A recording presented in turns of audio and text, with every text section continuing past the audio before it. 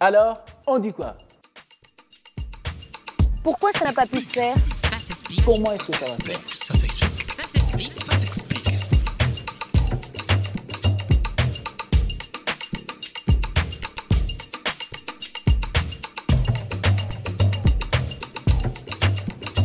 À quelle date? Ah d'accord, Ok. compris.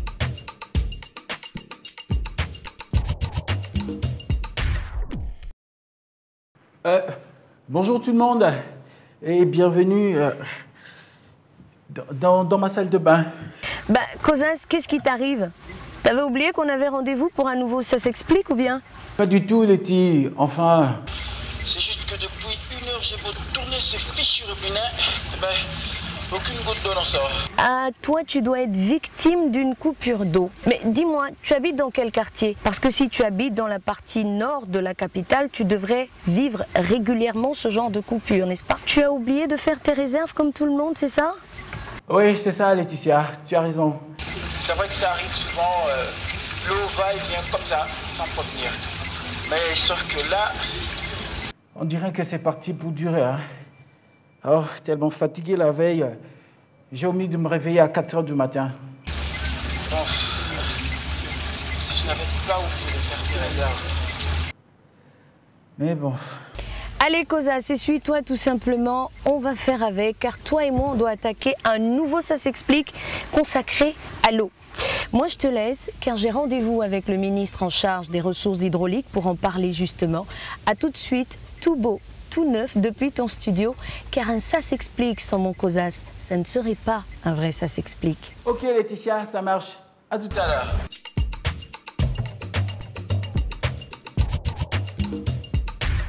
Eh oui, l'eau, c'est la vie, c'est la santé et la salubrité.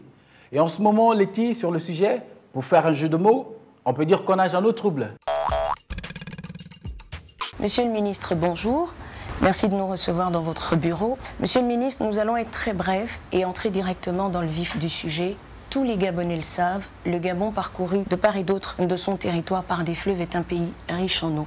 Alors pourquoi en 2013, il y a certains quartiers de la capitale qui sont encore sans eau, principalement ceux du nord de Libreville?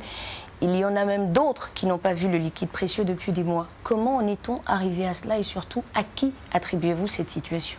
Je tiens à vous rappeler que depuis juin 1997, nous avons mis en concession un service public de l'eau potable en République gabonaise auprès de la Société d'énergie et d'eau du Gabon. Cette société a pour mission de pouvoir fournir de l'eau potable à tous les Gabonais dans les villes où elle est installée, mais également d'investir et de suivre l'évolution de la demande. Mais nous pouvons constater qu'aujourd'hui ce n'est pas le cas, et cela s'explique par le fait que les villes gabonaises se sont considérablement développées, ce qui a entraîné un retard dans les investissements pour pouvoir suivre ce développement-là. La ville s'est étendue, elle s'est développée sur des terres basses, ce qui fait que nous avons eu besoin d'amener beaucoup plus d'eau à Libreville. Il y a des hypothèses que nous faisons, les hypothèses de prévision, et malheureusement pour nous, ces hypothèses ont été faussées parce que nous n'avons pas envisagé la rapidité avec laquelle la région de Libreville s'est développée. Vous vous focalisez un peu trop sur Libreville. L'intérieur du pays connaît les mêmes difficultés. L'intérieur du pays connaît les mêmes difficultés. Il y a des difficultés d'eau à Port-Gentil, à Mwanda, à Mouila. Il y a des difficultés d'eau à Oyem. Et toutes ces difficultés sont liées aux mêmes raisons. Urbanisation anarchique, pas de plan directeur d'urbanisation, accroissement exponentiel des populations qui entraîne également une accélération de demande. Aujourd'hui, nous sommes à une moyenne d'augmentation annuelle de 6% pour le secteur de l'eau, avec des pics qui vont jusqu'à 8%. Et nous avons ici un autre phénomène qui porte préjudice à la distribution de l'eau dans nos villes, c'est le vieillissement des canalisations qui entraîne des fuites, ce qui fait que nous avons du mal à maîtriser où va l'eau produite par la SEG. Quelle solution préconisez-vous, vous et votre ministère, justement pour pallier à tous ces problèmes, à tous ces manquements? Il faudrait qu'on soit capable de faire un état des lieux et qu'on sache exactement où sont les canalisations critiques, à afin qu'on puisse les changer très rapidement. Cet état des lieux va démarrer en 2013 et cet état des lieux sera accompagné également de travaux de remplacement de conduite. Nous profitons également du programme d'entretien routier pour pouvoir changer les conduites d'eau et les moderniser. À quand l'eau partout au Gabon et pour tous les Gabonais? Je peux vous dire que pour la région de Libreville, nous avons pris des dispositions pour que fin 2014, la problématique d'approvisionnement en eau soit réglée pour ce qui est de la production et du transport. Fin 2014, nous aurons une troisième conduite, nous aurons une station de potabilisation qu'on appelle la station de Toum 7 qui permettra d'emmener 140 000 mètres cubes supplémentaires d'eau à Libreville. Nous anticipons déjà la construction de la station de Toum 8 qui permettra de fournir à Libreville près de 500 000 mètres cubes d'eau par jour. Nous travaillons à cette fin avec nos collègues de l'habitat, des travaux publics, pour pouvoir être sûrs que nous agissons ensemble. Pour les autres villes du Gabon, nous allons lancer dès le mois d'avril des missions d'inspection des réseaux d'eau à Mwanda, à Franceville, à Mouila. Plus tard dans l'année, nous allons le faire pour Port-Gentil, pour Lambaréné, pour Oyem, pour Tchibanga. Et cela va nous permettre, dès l'année prochaine, de réaliser des investissements adéquats pour répondre aux besoins des populations. Et je crois que pour 2015, les pénuries d'eau pour les Gabonais, cela ne sera qu'un lointain souvenir. Donc, Monsieur le ministre, un mot de fin, peut-être? Je voudrais dire aux Gabonais que Son Excellence, Monsieur le Président de la République, a pris conscience de la difficulté d'accès à l'eau potable pour l'ensemble de ses compatriotes et il a pris des mesures fortes et des décisions très importantes pour pouvoir répondre à ces attentes dans un très proche avenir. Depuis l'année 2005, il y a une réflexion au sein de l'administration qui a permis de décider le renforcement des services administratifs devant suivre, analyser, projeter les investissements. Et ces services sont localisés au sein de la Direction générale des ressources hydrauliques, dirigée par M. Olivier Moukoko. Vous allez pouvoir constater, à partir de la fin de l'année 2013, certaines améliorations dans le service public de l'eau potable. Je vous remercie. C'est moi qui vous remercie. Ça s'explique. Justement, Laetitia, j'ai invité M. Moukoko à me rejoindre dans le studio. Bonjour M. Moukoko. Bonjour M. Kouzas. Vraiment, merci d'avoir accepté de nous rejoindre dans cette émission pour nous expliquer, pour nous aider à mieux comprendre techniquement ce que fait votre ministère pour que l'eau potable soit accessible par tous et partout dans le Gabon. C'est moi qui vous remercie de l'opportunité que vous nous offrez pour évoquer la question de l'eau à Libreville et dans le Gabon. Alors, pour plus de clarté, vous êtes venu avec un schéma de Libreville que je vous invite à commenter pour nous expliquer tous ces chantiers qui ont été lancés depuis 2 ans, partant d'un Toum qui, si j'ai bien compris, est le point stratégique du circuit. Oui. Avant de répondre à votre question, j'aimerais savoir, est-ce que vous avez une idée de quels sont les besoins en eau, en milieu urbain ou en milieu rural au Gabon? Ben, je ne sais pas vraiment. Je dirais 5 litres d'eau pour cuisiner, 2 litres d'eau pour boire par personne, donc 7 litres, 20 litres pour se laver le linge. Bon, disons en gros 70 à 75 litres d'eau par jour. On est loin du compte. Il faut imaginer que pour un Gabonais qui vit en ville, comme c'est le cas à Libreville, il a besoin de 150 litres d'eau par jour. Et ceux qui vivent en milieu rural, ils ont besoin de 80 litres d'eau par jour. Maintenant, si on doit revenir à votre question tout à l'heure, je vous invite à donc, regarder la carte que nous avons apportée pour expliquer l'origine de l'eau que nous consommons à Libreville. Il faut savoir que l'eau est produite dans les usines qui sont basées en Toum, les usines 5, 6 et 3, 4. Ces usines produisent chaque jour 160 000 mètres cubes d'eau par jour, alors que les besoins aujourd'hui sont de l'ordre de 220 000 mètres cubes d'eau. Vous comprenez qu'il y a un gap, donc nous ne parvenons plus à satisfaire la demande. C'est fort de ce problème que le chef de l'État, Ali Bongo Ondimba, après son élection, a pris angle avec le problème, et donc des travaux d'envergure, des travaux structurants ont été amorcés. C'est le cas à Libreville avec la pose d'une conduite sur un linéaire de 12 km, 4 entre les réservoirs de tête PK9, PK6, et en seconde phase, la construction d'une conduite principale, des M1200, de forte capacité pour apporter beaucoup d'eau vers Libreville. Et dans la foulée, il y a l'usine de production, une nouvelle usine, Toum 7, qui à terme devra produire 140 000 mètres cubes d'eau par jour. Pourquoi doit-on transférer de l'eau d'un réservoir à un autre? Cosas, juste une seconde. Je vois que j'ai du chemin à faire. Il serait donc judicieux pour moi que je me mette en route. Ok, ça marche Laetitia. On garde le contact. Poursuivez, M. Mokoko. Les eaux viennent de Ntoum à travers deux conduites principales. Vous avez la plus importante de la DN1000 qui amène son eau vers le réservoir du PK9 qui a une capacité de 7500 m3 et la plus petite, donc la conduite DN800 qui, elle, envoie l'eau vers le réservoir du PK6 qui, eux, en groupe, ont une capacité de 23 000 m3. Vous comprenez que le plus petit tuyau envoie l'eau vers le réservoir de forte capacité et donc on se dit qu'il faut transférer un peu plus d'eau vers le PK6 qui, eux, ont une envergure plus importante afin d'avoir une charge suffisante parce que si on a une charge suffisante, on peut alimenter les quartiers qui sont en hauteur, donc les points hauts. Ces travaux donc, ont été cofinancés par l'AFD et l'État gabonais. D'accord.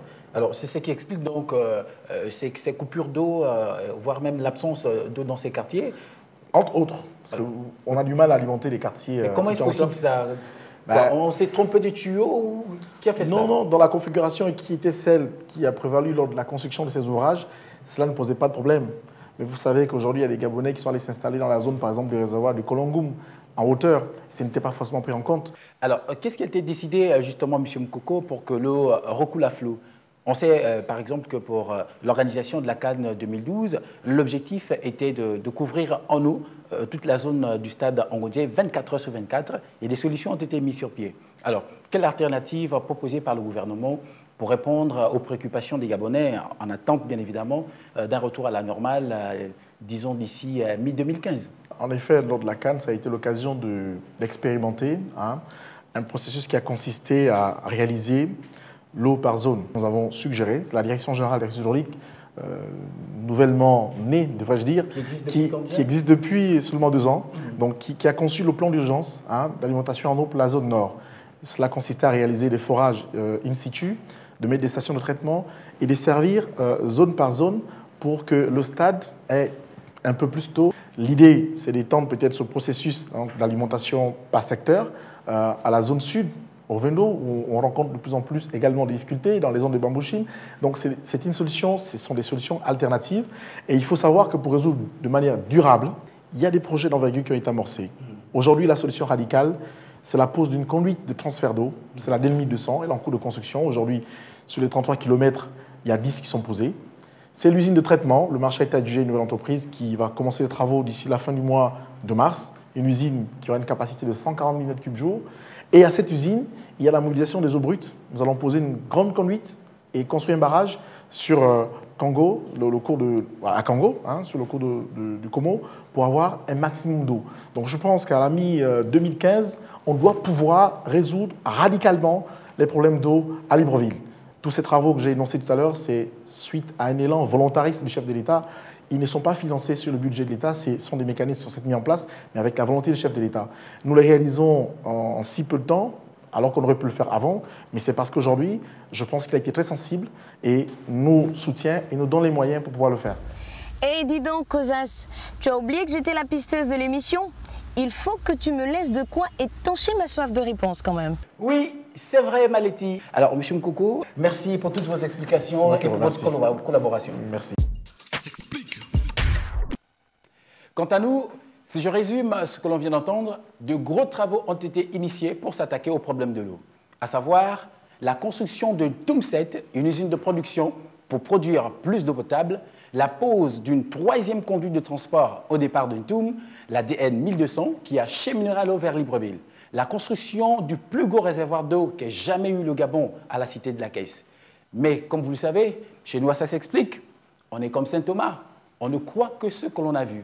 Raison pour laquelle on va aller voir ce qu'il en est véritablement sur le terrain avec nos propres yeux et si surtout tout ce que l'on nous a dit est bien dans le tuyau.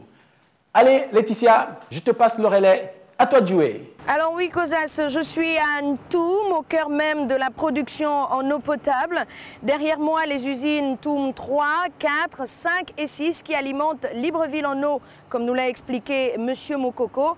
Mais je vais aller rejoindre M. Ange Mavungu qui, lui, est responsable de toutes ces infrastructures.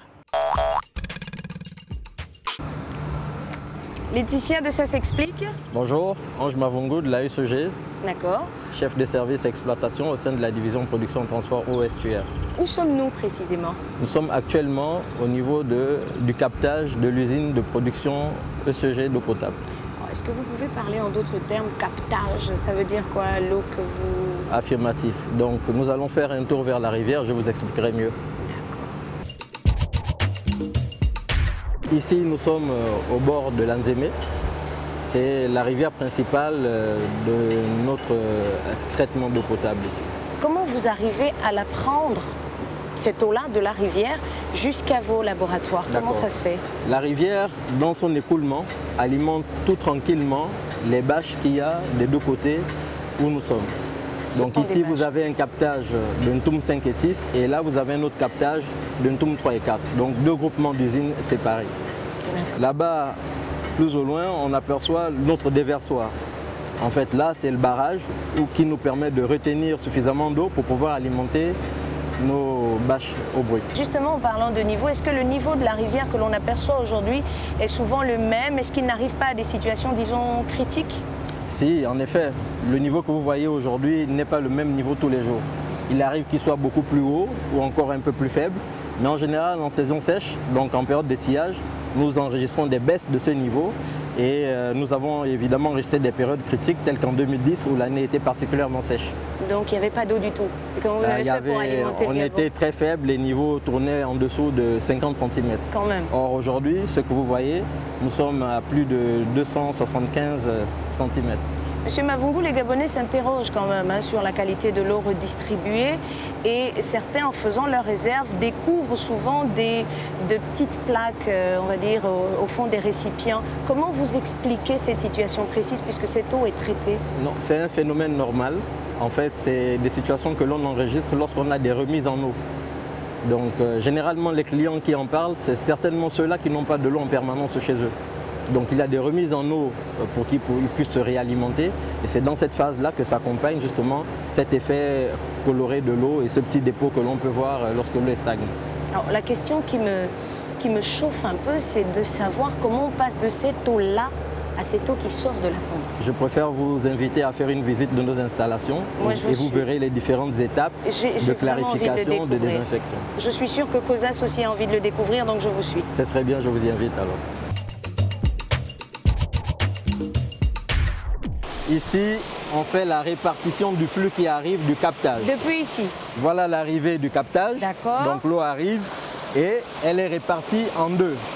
L'objectif étant d'obtenir à la sortie de tout le process de l'eau potable.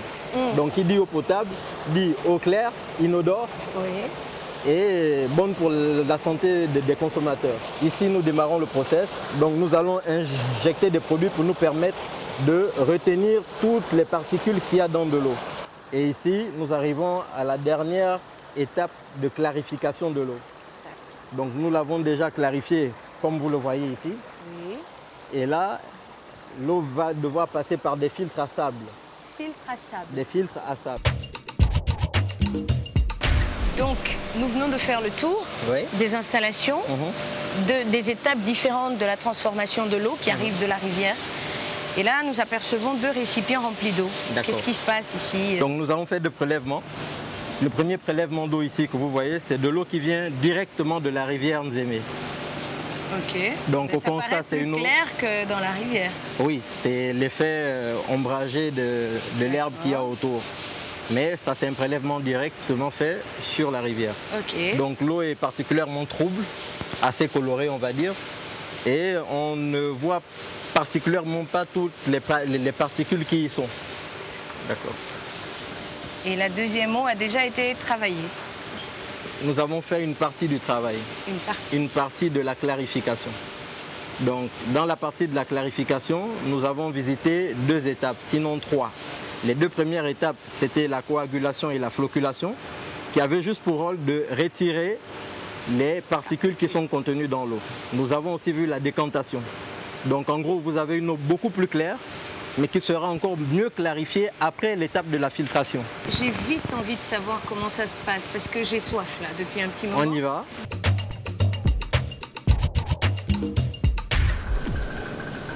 Bonjour madame. Laetitia, de ça s'explique. Bonjour. Alors, monsieur Mavungu m'a dit que vous étiez la personne indiquée pour m'expliquer exactement quand est-ce qu'elle devient potable, l'eau que vous distribuez. Vous êtes dans un des laboratoires usine de production d'eau potable. Là, vous êtes dans le laboratoire de pilotage. C'est dans cet espace que les agents de conduite font des analyses pour pouvoir suivre la qualité de l'eau que nous traitons et mettons en distribution. Donc, quelles sont les étapes véritables? Comment ça se passe exactement? 3 paramètres essentiels sont réalisés dans ce laboratoire. Il y en a un autre, plus grand, qui est le laboratoire régional, où sont réalisés des paramètres complémentaires, pour toujours s'assurer de la bonne qualité de l'eau que nous produisons, l'eau que nous mettons à distribution. Les 3 paramètres réalisés sont le pH, la turbidité et le chlore libre.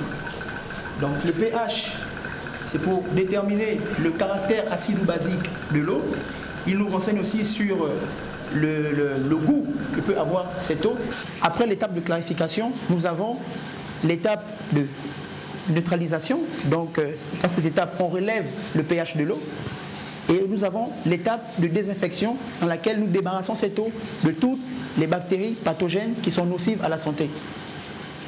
Donc, c'est à la suite de ça que nous réalisons justement cette batterie de paramètres de qualité. Alors, il est en train de procéder à une analyse de l'eau, c'est cela? Oui, il procède à l'analyse lors des différentes étapes. Donc, l'eau brute captée à la rivière, il fait l'analyse des paramètres pH turbidité. L'eau décantée, il fait l'analyse pH turbidité. Et l'eau traitée, donc au terme de la neutralisation et de la désinfection, il fait l'analyse du pH, la turbidité et le chlore. Ici, M. Augustin réalise l'analyse du paramètre chlore libre, donc à l'aide de cet appareil qu'on appelle le colorimètre.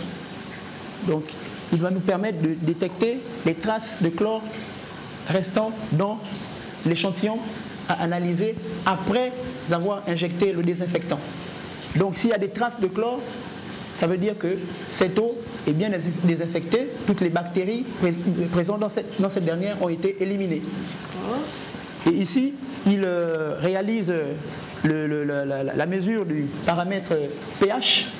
Selon l'OMS, une eau potable doit avoir un pH compris entre 6,5 et 8,5. Et là, il est compris entre... Et là, il est effectivement dans cette marge. Parce qu'on a bien un pH de 7, 10. Ça veut dire que cette eau est bonne? Cette eau est propre à la consommation, elle est potable, elle est bonne. Est-ce que vous pouvez la boire? Oui, on peut faire la dégustation ensemble. Non, mais est-ce que vous pouvez commencer? On ne sait jamais, hein? Oui. Oui. D'accord.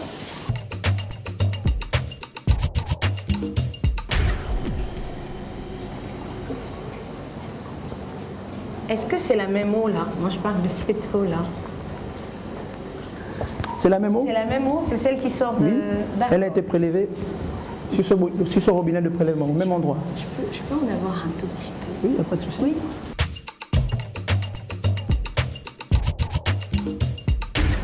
Je vous accompagne? On va dire à la vôtre. Ils ont tous soif, mais bon, on ne donnera à personne. Effectivement, elle est bonne. Merci pour cette eau, j'avais soif. Au revoir et à bientôt.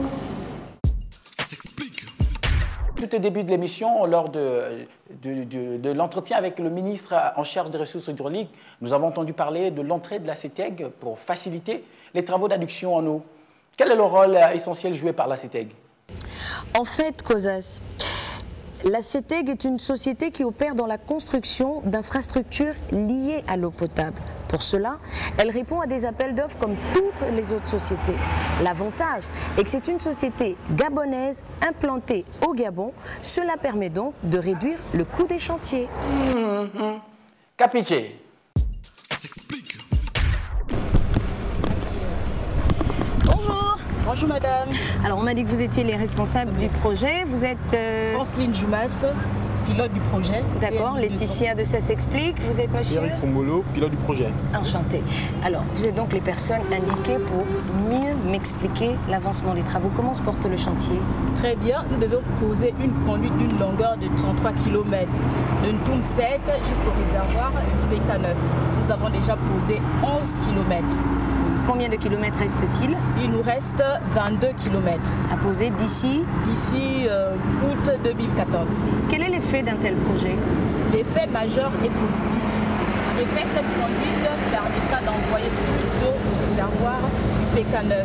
Elle permettra en effet de résoudre les problèmes d'eau que nous connaissons actuellement à Libreville sur plusieurs années. Monsieur Eric, un tel projet a forcément des impacts sur la population. Y aura-t-il un déguerpissement sur la voie où passera ce conduit? En effet, un tel projet a forcément des impacts négatifs sur les aspects socio-économiques. Nous avons des impacts négatifs sur les populations parce que certaines populations seront touchées, elles seront déguerpies, notamment sur le couleur d'énergie qui est très encombré par ces populations. Actuellement, nous sommes en négociation avec ces populations pour voir dans quelle forme et dans quelle mesure ces populations seront moins lésées lors de leur déguerpissement. Mais elles seront toutes indemnisées, hein? Alors, nous étudions plusieurs formes d'indemnisation. Elles peuvent être relogées, intérêt peut leur être octroyé. Elles peuvent recevoir des sous forme financière également, mais rien pour l'instant n'est déterminé. Dans tous les cas, elles seront dédommagées. On reste dessus. C'est vous qui le dites. Personne ne sera lésé. Personne ne sera lésé, ni vous ni elle. Ni nous ni elle, mais il faut que le projet avance et nous irons jusqu'au bout et personne ne sera lésé. C'est ce qu'on vous souhaite, en tout cas d'aller jusqu'au bout et surtout de terminer tout cela pour que les zones d'Angonge n'aient plus à connaître tous ces problèmes d'eau. Hein, merci mademoiselle Joumas, merci monsieur Eric et à bientôt. Au revoir. Laetitia, si je résume tout ce que nous venons de voir, le projet de construction de l'usine TUM7 qui produira plus d'eau potable est en marche. La conduite 1200 qui transportera cette eau d'une TUM7 vers Libreville est en cours de pause. Et c'est le réservoir du PK9 qui vient d'être évoqué. C'est bien cela, Laetitia? Oui, parfaitement, Kozas. Et c'est d'ailleurs depuis son toit que je te parle. Madame Attani, nous sommes exactement sur le toit du réservoir du PK9. Vous confirmez? Exactement, Laetitia. D'accord. Alors, on peut commencer à faire le tour. Alors, finalement, Madame Attani, on peut dire à partir de cet instant que les travaux du réservoir du PK9 sont véritablement achevés. Effectivement, Laetitia, les travaux sont bien bouclés. En ce moment, les opérations préalables à la réception des travaux sont en cours. Et ce réservoir que vous voyez a un diamètre de 40 mètres et 6 mètres en élévation. Donc il y a 7500 mètres cubes. Et ces 7500 mètres cubes seront alimentés en eau qui proviendra d'une TUM7 pour renforcer l'alimentation en eau potable de la zone sud de Libreville. Tout à l'heure, nous étions sur le chantier de la pose de la DN 1200. Où arrive-t-elle exactement? Alors, quand l'eau arrive, l'eau passe par la chambre des vannes que vous voyez, le local en bas. C'est ce local, exactement. Exactement. D'accord. Donc, est-ce qu'on peut descendre et jeter un coup d'œil? Bien sûr. D'accord. Mais je vous suis. D'accord. Venez. Là, nous sommes à l'intérieur de la chambre des vannes. À ma gauche, vous avez la conduite de distribution. C'est-à-dire que ça sort des réservoirs pour aller alimenter les quartiers. Et ici, c'est l'arrivée d'un TUM6. Cette conduite-là, elle existait déjà. Elle alimentait l'ancien réservoir. Puisqu'on a construit le nouveau réservoir, on est venu se raccorder à l'ancienne conduite. Oui, on la voit bien. Tu la vois toi aussi, Kozas? Oui, très bien même. Donc, si je reprends la carte de Libreville commentée tout à l'heure, souvenez-vous par M. Moukoko, grâce à Laetitia, nous sommes allés en TUM voir où et comment l'eau est produite, mais aussi le projet de construction d'une nouvelle usine de production TUM7. Laetitia nous a ensuite emmené voir les travaux de pose d'une nouvelle conduite de transport d'eau entre TUM et Libreville. Et il y a quelques minutes, elle était au niveau du réservoir du PK9 dont les travaux sont achevés. Alors, si je poursuis la route de l'eau depuis Oui, mon cher Kozas, nous venons de le voir avec Madame Attani. Il ne s'agit pas seulement des canalisations, mais également du réservoir du PK9 qui a été financé entièrement par l'État gabonais et l'Agence française de développement. Donc, tous les raccordements que vous avez aperçus pendant mon propos avec Madame Attani, mais également toutes les canalisations de distribution d'eau dans les zones Est, Ouest, Nord et Sud de Libreville. Là, je vois que tu as une longueur d'avance sur moi. Ça s'explique. Oui, monsieur. Mais malheureusement, comme elle est posée, c'est-à-dire enfouie dans le sol, on ne peut pas voir grand-chose. Si ce n'est son point de départ que voici et son point d'arrivée ici au PK6. N'est-ce pas, mon Kozas? Alors là, oui, je suis impressionné Laetitia.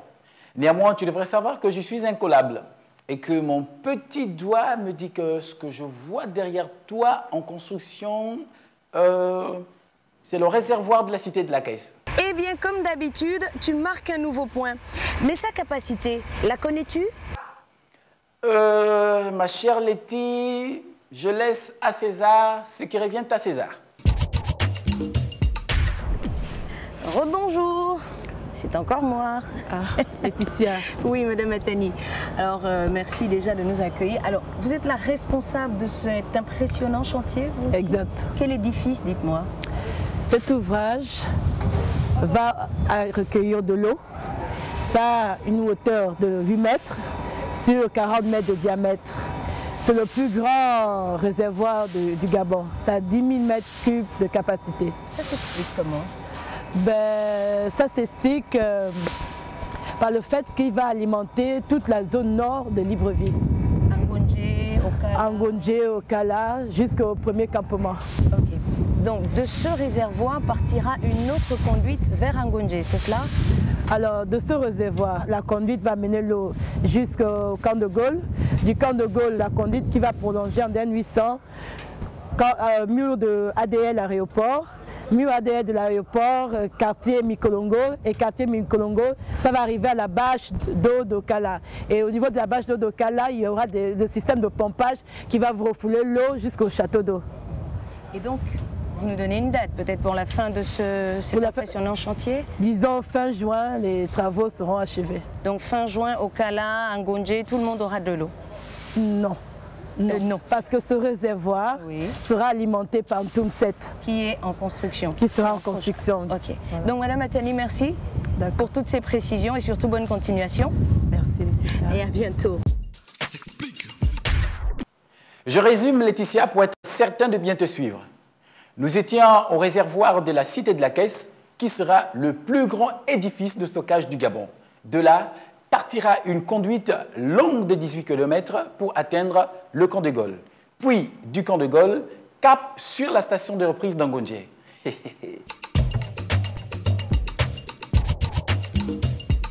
Je vois des engins derrière toi, des bruits de moteur. Tu dois être arrivé sur le chantier de la nouvelle conduite, toi. La DN 800 précisément, n'est-ce pas Madame Otsam?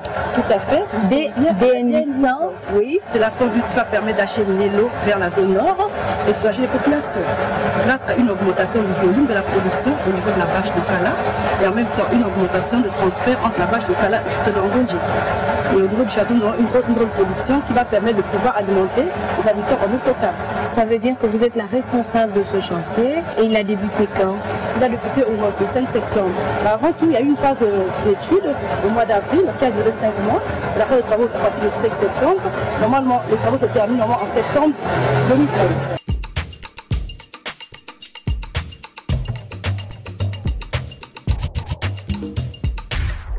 Alors, Madame Hulda Senghon, pouvez-vous nous présenter finalement la bâche d'Okala? Ici, nous sommes à la bâche d'Okala, qui est une bâche d'une capacité de 2500 m3. D'accord. Quel sera son rôle exactement? La bâche d'Okala, c'est une station de reprise. L'eau qui est véhiculée au niveau de la bâche est mise sous pression et est véhiculée vers le château d'Angonje sur un linéaire de 2 km. Elle permettra de mettre l'eau sous pression par le groupement de pompage qui va être mis en place pour pouvoir être refoulée sur le château. D'accord. Et donc ce sera quand tout ce que vous annoncez? La fin des travaux est prévue pour le 5 octobre 2013. 2013, dans quelques mois? Oui, cette année. Ça veut dire que d'ici 2013, on doit continuer à remplir les bidons et que ce sera finalement en septembre 2013 qu'il y aura un peu plus d'eau dans les robinets à Okala, Angonje, à Vorbam et environ? Malheureusement, les populations doivent se munir de patience parce que on attendra la fin de tous les projets. Il faut une conjonction de tous les projets, c'est-à-dire en tout 7, la phase 2, la 1200 et la DN 800 pour pouvoir pallier tous les problèmes d'eau qu'il y a à Libreville et dans la zone nord de façon globale. D'accord, ben écoutez, merci pour toutes ces explications. Merci à vous puisque vous êtes les deux responsables du chantier. Donc on se retrouve ici en septembre 2013 pour voir s'il y a un peu plus d'eau dans la cuve. Je vous remercie. On le voit ici sur la carte. Réservoir de Cité de la Caisse, Camp de Gaulle.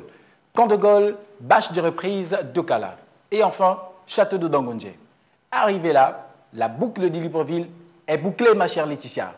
Mais à l'intérieur du pays, ça se passe comment? Je m'attendais justement à cette question, mon cher Kozas. Voilà pourquoi je m'y suis préparé.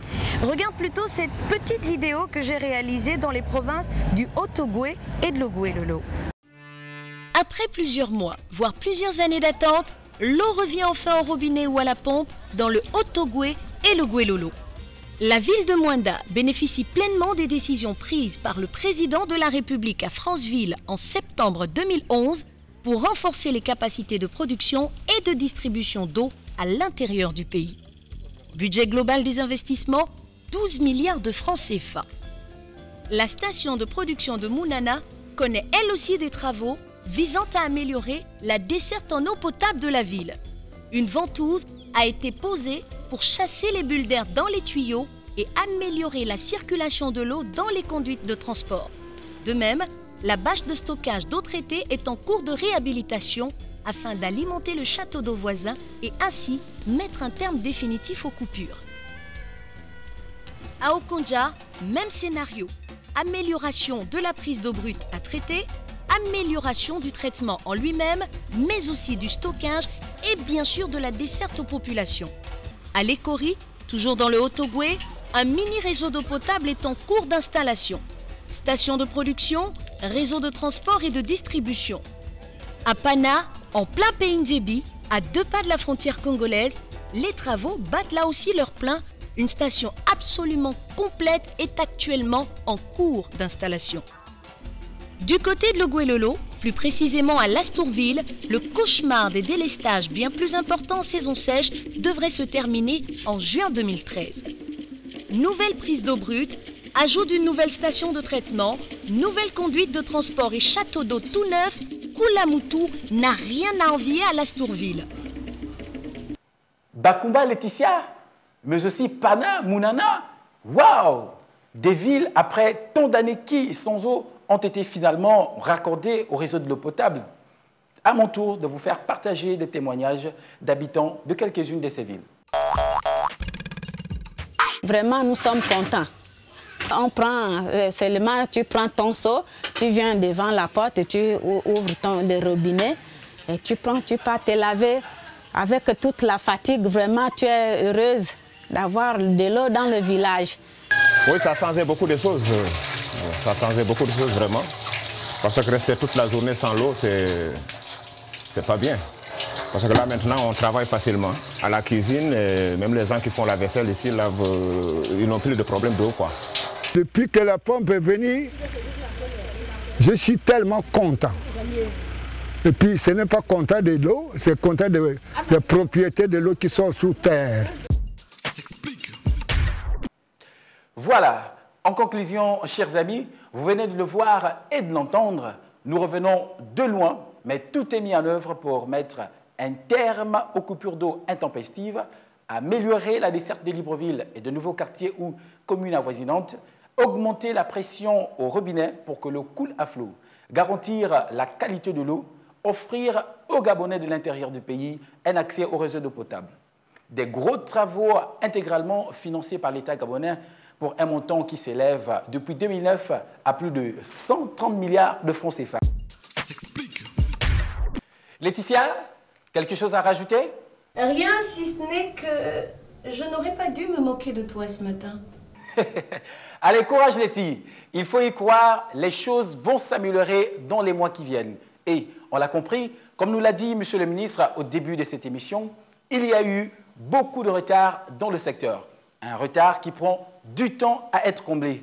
Mais je te connais, tu avais fait des réserves d'eau, j'en suis sûr. Eh oui, mon cher Kozas, une petite réserve, rien que pour moi. Allez, à bientôt tout le monde. On se retrouve prochainement pour comprendre et surtout rester dans le bain, si je puis dire, du changement de notre pays. Joli jeu de mots, Laetitia, on reste dans le bain du changement de notre Gabon. Et à vous, très chers téléspectateurs, merci d'avoir été avec nous et je vous dis à très vite pour un nouveau Ça s'explique. Bien, il est tard, j'ai besoin d'une bonne douche froide Et s'il n'y avait pas d'eau?